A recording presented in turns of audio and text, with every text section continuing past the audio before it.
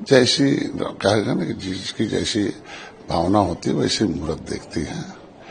तो इन लोगों के समय ऐसे दरवाजों के माध्यम से ही लोग काम करते, इसीलिए तो निषाद एक भी चपरासी भी कहीं नहीं दिखता है, कहीं बाबू नहीं दिखता। 30 साल में क्या 30 कोई आईएएस पीसीएस या कोई डीएम कलेक्टर या कोई भी जो है एसडीएम और तहसीलदार और दरोगा सिपाही नहीं बनने लायक रहा।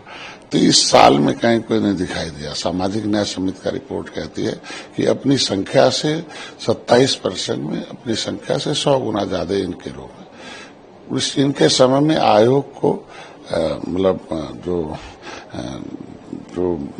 हमारा लोक सेवा आयोग था उसको यादव आयोग कहते थे, जो अधीनस्थ चयन आयोग था उस पर लेबल लगा था कि यादव आयोग। तो ये चीज काहे भूल रहे हैं आज के दिन में।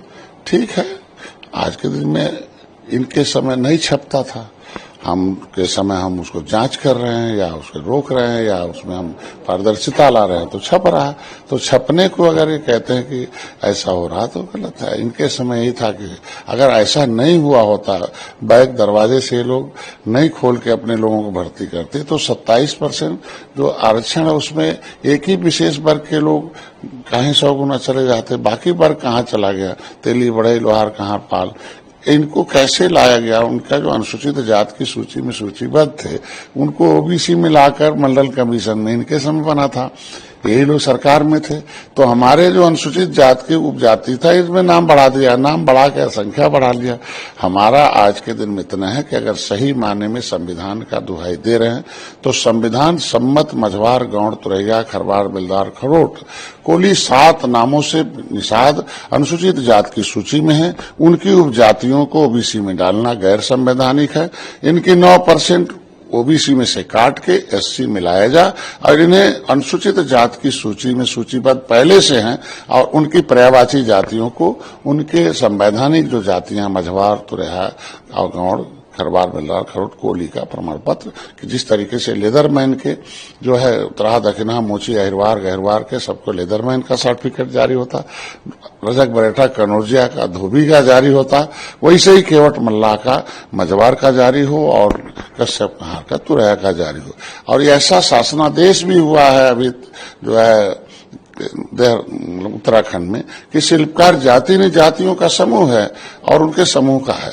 तो आज के दिन में ठीक है पीडीए पीडीए नारा रख रहे हैं, तो पीडीए में हम कहाँ हैं ये तो बता दें। ये निकाल रखे हैं 31 दिसंबर 2016 को जाते जाते इन्होंने ओबीसी से हमें निकाल दिया, हमें एससी का राज्यपाल से नोटिफिकेशन जारी कर दिया, इधर कोर्ट ने उन्हें एससी में जाने नहीं दिया। तो अब राज्यपाल का नोटिफिकेशन तो लागू है ना, कम से कम केंद्र में आज के दिन विपक्ष में इनकी सरकार है।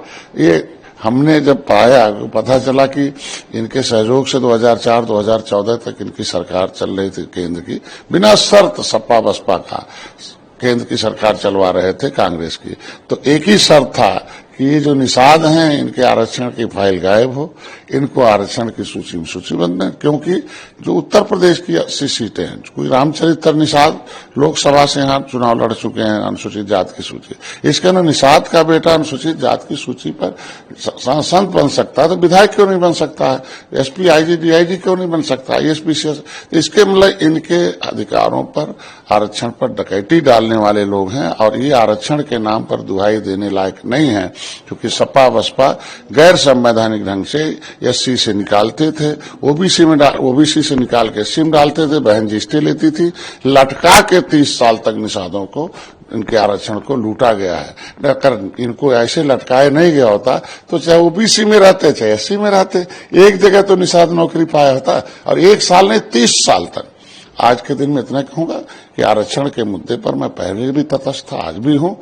आरक्षण के भी छात्र हैं, सब जातियां हैं, वो अवसर प्रदान है। लेकिन सुप्रीम कोर्ट का ऑर्डर हुआ है कि आरक्षण में भी आरक्षण, क्योंकि अवसर है ना, बड़ा घोड़ा कमजोर घोड़े का हिस्सा खाया जाता है। तो मान लीजिए अपर कास्ट को हमने अवसर लिया कि नहीं उसके डिप्रेस क्लास को दिया जाए, निचले पावदान पर पिछड़े लोगों को दिया जाए। तो इसमें भी कम से कम बड़े लोग हो गए हैं जो आज के दिन में जिनकी संख्या अधिक है, सत्ता में रहे हैं और उसका सहयोग आखिर बैक दरवाजे से नहीं भर्ती हुई होती तो कैसे इतनी संख्या हो जाती। ऐसा थोड़ी है। उनके जब तक साइकिल नहीं आई थी तब तक उनके वर्ग के जो मिल्कमैन थे उनकी मां के कोख से चरवाहा पैदा होते थे। लेकिन जब झंडा आएगी सभी जातियों ने साइकिल का बटन दबा दिया, सत्ता में आने के बाद उनकी मां के कोख से दरोगा, एससी, एसपी, आईजी, डीआईजी पैदा होने लगे। जब तक हाथी नहीं आई थी उसके मां के कोख से, लेदरमैन की मां के कोख से जो है हरवाह पैदा होते थे। लेकिन जैसे हाथी साइकिल, हाथी का झंडा, टोपी, नारा आ गया, उनकी सरकार आ गई, सभी जातियों ने वोट दे दिया, तो उनकी मां के कोख से हाकिम पैदा होने लगे। बाकी जिन जातियों के जब झंडा टोपी नहीं है उनकी मां के कोख से क्या मजदूर पैदा होंगे। तो इसीलिए इन लोगों ने, जितने निर्बल हैं, अब निर्बलों का एक झंडा आ गया है, निर्बल इंडियन शोषित हमारा दल, कि निर्बलों की मां के कोख से अब इस झंडे के सहारे हर एक वर्ग, हर जाति में जो निर्बल है उसके मां के कोख से भी हाकिम पैदा होंगे, मजबूत पैदा होंगे और मालिक पैदा होंगे। ये लोकतंत्र की परिभाषा है। तो ऐसे दुहाई देने वाले मत करें कि जिन लोगों ने सबकी नौकरियों पर डकैती डाला हो, हिस्से पर नहीं। मैं नहीं कहता हूं, तो सामाजिक न्याय समिति का रिपोर्ट कहती है।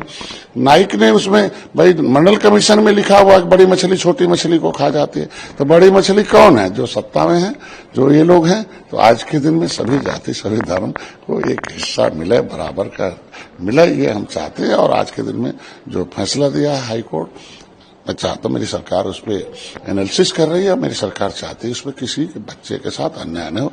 जो नौकरी पा चुके हों, जो बाहर हैं, जो आने वाले हैं, वो कैसी सूची बनेगी, क्या करेगी, उस पर हमारी सरकार चिंता कर रही है। तो ये कहा जाए तो गलत नहीं होगा कि वोट सबका मिला, लेकिन जो आयोग बनाया वो सिर्फ यादवों का आयोग बना दिया। उस समय बोर्ड लगा था ना, और इतने लोग आखिर आए कैसे? आखिर उससे पहले अचानक कैसे आ गए? भाई 70 साल, भाई 1947 में देश आजाद हुआ, संविधान 1950 में बना, 91 में ये लोग आए। तो एक बार 1947 से लेकर 91 तक तो नहीं मौका था ना, लेकिन 91 से लेकर लगातार तक 2013 तक हम 13 में आए। जब 13 में मैंने आंदोलन शुरू किया तो 2014 में ये लोग उल्टी गिनती शुरू हुई, कांग्रेस की उत्तर प्रदेश से गायब हुई, और 2017 में सपा बसपा गायब हुई। तो उसके बाद अब क्यों नहीं हो रहा भाई?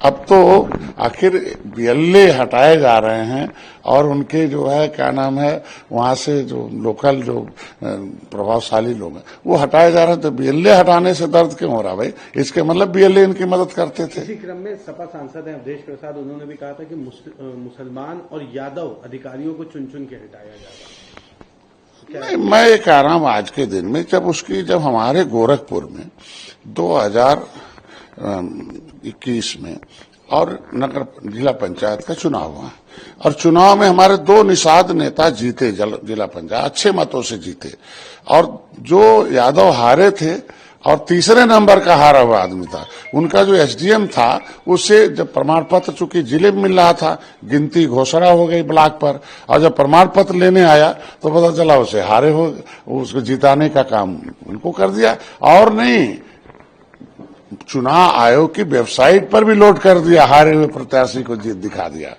लेकिन जब आंदोलन किया हमारे लोगों ने, रोड पर आए, सड़क पर आए, और जब उसके खिलाफ जांच हुआ 1 घंटे के अंदर, बाद में शाम को पता चला कि गलत हुआ, वो जेल गया। और जेल में जब पकड़ा गया तो पूछा, भाई हमारी विचारधारा है कि हम अपने लोगों को मदद करनी है। तो ऐसे जो अधिकारी होंगे तो निश्चित रूप से बदलने की आवश्यकता होगी। आखिर काली उन्हीं के लिए, बाकी हमारे लोगों ने वोट नहीं दिया क्या? साइकिल को हमारे लोगों ने वोट नहीं दिया क्या? हाथी को क्या इसीलिए दिया कि सताए जाए? भाई सत्ता में गए तो सताए जाए कि सुख मिले? तो एक विशेष वर्ग को सुख देने के बाद मैं कहता हूं कि बड़े नेता हैं तो उनकी आवाज अच्छी होनी चाहिए, और इस तरीके का बयानबाजी नहीं होनी चाहिए जिससे कि लोगों में कटुता पैदा हो। इसके साथ ही 69,000 शिक्षक भर्ती को लेकर के भी जो आदेश आया, उस पर भी बड़ी छींटाकशी हो रही है। समाजवादी पार्टी का, विपक्ष के लोगों का कहना है कि केशव प्रसाद मौर्य, ओम प्रकाश राजभर, संजय निषाद, जो लोग 69,000 के बारे में बात करने से कतराते थे, आज वो भी उनको बधाई। मैं पहला नेता हूं कि मैं चिट्ठी लिखता था, जगह जगह बात करता था, चाहे प्रदेश अध्यक्ष से बात हो, महामंत्री से बात हो, राष्ट्रीय अध्यक्ष से बात हो, चाहे गृह मंत्री से बात हो, मुख्यमंत्री से बात हो, मैंने चिट्ठी लिखा खुद अपने हाथों से। और हमारा दरवाजा कभी बंद नहीं होता है, यहाँ आके मिले हैं और मिलते रहे। और इतने अंतर था कि इन लोगों ने उस शिक्षक भर्ती वालों को टुकड़े टुकड़े में बांट रखा था, 4-4, 5-5 टुकड़े में बांट दिया था उन लोगों को। यही तो इन लोगों का काम था ना कि बेचारे समूह। मैंने तो उनको कहा भाई आप एक समय आए, न्यायालय में मामला है, जब तक न्यायालय फैसला नहीं लेता उसमें हम लोग क्या कर सकते हैं। और मैं धन्यवाद दूंगा उन विद्यार्थियों को भी, मैं और मैंने मतलब प्रशिक्षार्थियों को भी, और धन्यवाद दूंगा कोर्ट को भी, कम से कम एक समय आया और सरकार उस पर विचार करे। एक 69,000 के साथ ही साथ एक आखिरी सवाल रहेगा, जिस तरह से पश्चिम बंगाल में घटना हुई उसके बाद से देश भर में डॉक्टरों द्वारा प्रदर्शन किया जा रहा है और इसके चलते स्वास्थ्य सेवाएं बाधित हो रही हैं, कई सरकारी निजी। उसके लिए तो राष्ट्रपति शासन लगना चाहिए। आखिर उस अस्पताल में कैसे तोड़फोड़ हुआ, अस्पताल में घटना हो और साक्ष्य मिटाने के लिए जिसकी सरकार वो तोड़फोड़ कराए, उसको भी मैं चाहता हूं कि तुरंत राष्ट्रपति शासन हो, ऐसी सरकारें हटाई जाएं जो देश में जो भगवान के दूसरे स्वरूप के रोग हों और डॉक्टरों पर इस तरीके से हो और महिलाओं के साथ खिलवाड़ हो। उसकी अगर आवाज उठा रहे हैं और वो आंदोलन के बंगाल में और उसे साक्ष्य मिटाने के लिए लोगों के ऊपर हमला कराएगा तो गलत है ना। तो सरकार तो उसके लिए, और ये तो इसके जिम्मेदार तो ममता बनर्जी हैं और उसके सहयोग देने वाले जो विपक्ष के लोग हैं वो हैं, वो लोग उसको तूल दे रहे हैं। हम कह रहे हैं कि जाके हमला करेंगे अस्पताल में या जो है, तो ये ठीक नहीं है। तो इसके लिए दोषी वही लोग।